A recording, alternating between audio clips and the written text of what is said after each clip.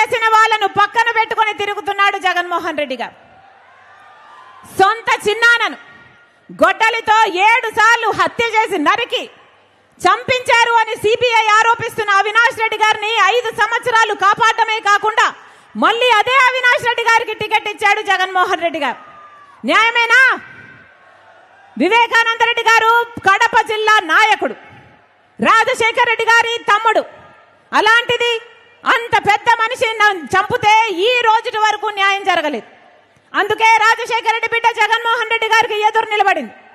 ఇదే జగన్మోహన్ రెడ్డి గారు చెప్పిన ప్రతి మాట నమ్మింది రాజశేఖర రెడ్డి బిడ్డ. ఇదే జగన్మోహన్ రెడ్డి గారి కోసం 3200 కిలోమీటర్లు పాదయాత్ర చేసింది రాజశేఖర రెడ్డి బిడ్డ. కానీ ఇదే జగన్మోహన్ రెడ్డికి ఈ రాజశేఖర రెడ్డి బిడ్డ ఈ రోజు ఎదురు నిలబడింది. ఎందుకంటే ముఖ్యమంత్రి అయిపోయిన తర్వాత జగన్మోహన్ రెడ్డి గారు ఒక మారిపోయిన మనిషి కాబట్టి. ముఖ్యమంత్రి కాకముందు రాజశేఖర రెడ్డి గారికి చావు వెనుక రిలయన్స్ హస్తం ఉంది అని చెప్పిన జగన్మోహన్ రెడ్డి గారు ఆ తర్వాత ముఖ్యమంత్రి అయ్యాక రిలయన్స్ సంస్థ వాళ్ళకి పిలిచి మరి రాజ్యసభ సీట్ ఇచ్చాడు. మరి ఏమనుకోవాలి? తండ్రిని చంపించిన వాళ్ళకి మీరు ఇచ్చారు అనుకోవాలా, లేకపోతే ఆ రోజు మీరు చెప్పింది అబద్ధము అనుకోవాలా? వివేకానంద రెడ్డి గారు చనిపోయిన రోజున సిబిఐ ఎంక్వైరీ కోరాడు జగన్మోహన్ రెడ్డి గారు. కానీ ముఖ్యమంత్రి అయిన తర్వాత సిబిఐ అవసరం లేదు అన్నాడు జగన్మోహన్ రెడ్డి గారు. మరి ఏమనుకోవాలి? ఎప్పుడు ఏది వీలైతే ఆ మాట మారుస్తుంటే జగన్మోహన్ రెడ్డి గారు రాజశేఖర రెడ్డి గారి ఆశయాలను నిలబెట్టిన వాడు ఎలా అవుతాడు? పదే జగన్మోహన్ రెడ్డి గారు చెప్తున్న మాట, కాంగ్రెస్ పార్టీ రాజశేఖర రెడ్డి గారి పేరును సిబిఐ ఎంక్వైరీలో చార్జ్ షీట్ లో చేర్చింది అని మళ్ళీ చెప్తున్నాం. జగన్మోహన్ రెడ్డి గారికి రాజశేఖర రెడ్డి గారి పేరును సిబిఐ చార్జ్ షీట్ లో చేర్చింది కాంగ్రెస్ పార్టీ కాదు, స్వయానా జగన్మోహన్ రెడ్డి గారు. ఇదే జగన్మోహన్ రెడ్డి గారు పొనుగోలు సుధాకర్ ద్వారా రాజశేఖర రెడ్డి గారి పేరుని చార్జ్ షీట్లో చేయించాలి అని 3 కోట్లకు వెళ్లారు. ఎందుకంటే రాజశేఖర రెడ్డి గారి పేరు లేకపోతే జగన్మోహన్ రెడ్డి గారు ఈ కేసులో నుంచి బయటపడడం అసాధ్యం కాబట్టి. అదే పొనుగోలు సుధాకర్ రెడ్డికి ముఖ్యమంత్రి అయిన 6 రోజుల్లోనే జగన్మోహన్ రెడ్డి గారు ఏఏజీ పదవిని కూడా ఇచ్చారు. ఎందుకు అని అడుగుతున్నాం. కన్న తండ్రి పేరుని సిబిఐ చార్జ్ షీట్ లో చేర్పించిన వాడికి మీరు ఏఏజీ పదవిని ఇచ్చారు అంటే దానికి అర్థము మీ మాట మేరకే ఆయన సిబిఐ చార్జ్ షీట్ లో రాజశేఖర రెడ్డి గారి పేరు ఉండాలి అని కోర్టుకు వెళ్ళాడు అని మీరే ఒప్పుకున్నట్టు కాదా అని అడుగుతున్నాం. ఈరోజు జగన్మోహన్ రెడ్డి గారు ఉన్నవి లేనట్టుగా లేని ఉన్నట్టుగా ఊసరవల్లిలాగా మారి ఏదంటే అది మాట్లాడుతున్నారు. ఎందుకు అని అడుగుతున్నాం. రాజకీయాల కోసం ఇంత దిగజారడం అవసరమా అని అడుగుతున్నాం.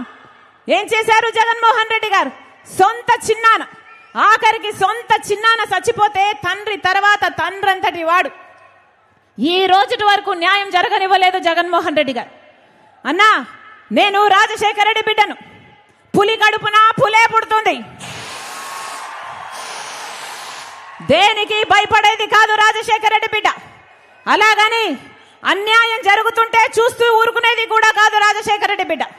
ఈ రోజు అన్యాయం జరుగుతుంది కాబట్టి రాజశేఖర రెడ్డి బిడ్డ ఎదురు నిలబడింది. అన్నా, ఈరోజు రాజశేఖర రెడ్డి బిడ్డ ఒకవైపు ఉంటే వివేకానంద రెడ్డి గారిని హత్య చేయించిన అవినాష్ రెడ్డి గారు ఇంకోవైపు ఉన్నారు. ఒకవైపు న్యాయం ఉంది, ఒకవైపు నేరం ఉంది, ఒకవైపు ధర్మం ఉంది, ఇంకోవైపు డబ్బు అధికారం ఉంది. అన్నా మీరు ఏ వైపు? అన్నా మీరు ఏ వైపు? అన్నా మీరు ఏ వైపు? అన్నా మీరు ఏ వైపు? ప్రపంచమంతా చూస్తుంది. కడప ప్రజలు న్యాయం వైపు నిలబడతారా, నేరం వైపు నిలబడతారా అని. కడప ప్రజలు న్యాయాన్ని గెలిపిస్తారా, నేరాన్ని గెలిపిస్తారా అని మన దేశం కాదు ప్రపంచం మొత్తము చూస్తుంది. అందుకే ఈసారి ఎన్నికల్లో బుద్ధి చెప్పాల్సిన వాళ్ళకు బుద్ధి చెప్పండి, న్యాయం చేయాల్సిన వాళ్ళకు న్యాయం చేయాలని మీ రాజశేఖర రెడ్డి బిడ్డ ఇక్కడికి వచ్చిన ప్రతి అన్నను, ప్రతి తమ్ముని, ప్రతి అక్కను, ప్రతి చెల్లిని శిరస్సు వంచి చేతులు జోడించి మనస్ఫూర్తిగా ప్రార్థిస్తుంది. మీకు మాటిస్తున్నా మీ ఎంపీ అభ్యర్థిగా నన్ను గెలిపించండి. ఈ రాజశేఖర రెడ్డి బిడ్డ మీ బిడ్డ అవుతుంది, మీ బలం అవుతుంది, మీ బాధ్యతను తన భుజాన వేసుకుంటుంది, మీ గొంతు అవుతుంది, మీకోసం కొట్లాడుతుంది. అవసరమైతే ఇక్కడ కొట్లాడుతుంది, లేదంటే ఢిల్లీ పార్లమెంటులోనైనా కొట్లాడుతుంది. మీరు ఆశీర్వదించండి. ఈ రాజశేఖర రెడ్డి బిడ్డ మీకు మాటిస్తుంది. ఈ గడ్డ మీదనే బతుకుతుంది రాజశేఖర రెడ్డి బిడ్డ. మీ ఎంపీగా మీతోనే కలిసి బతుకుతుంది. ఈ గడ్డ బిడ్డలకే తన జీవితాన్ని అంకితం చేస్తుంది.